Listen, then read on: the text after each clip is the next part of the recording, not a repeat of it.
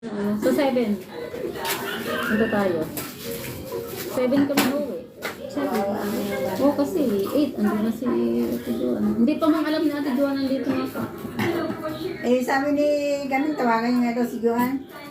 Oo, sabi ko isama niya si Ate Joan. Invite niya punta rito.